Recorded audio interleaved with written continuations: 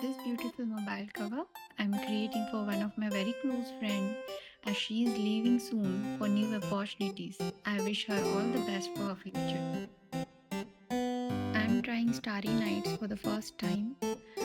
To make it durable, I'm gonna apply resin at the end once the paint is completely dried. I hope you like this video. In future, to get notified with other DIY and painting videos, please like and subscribe to my channel. Thank you.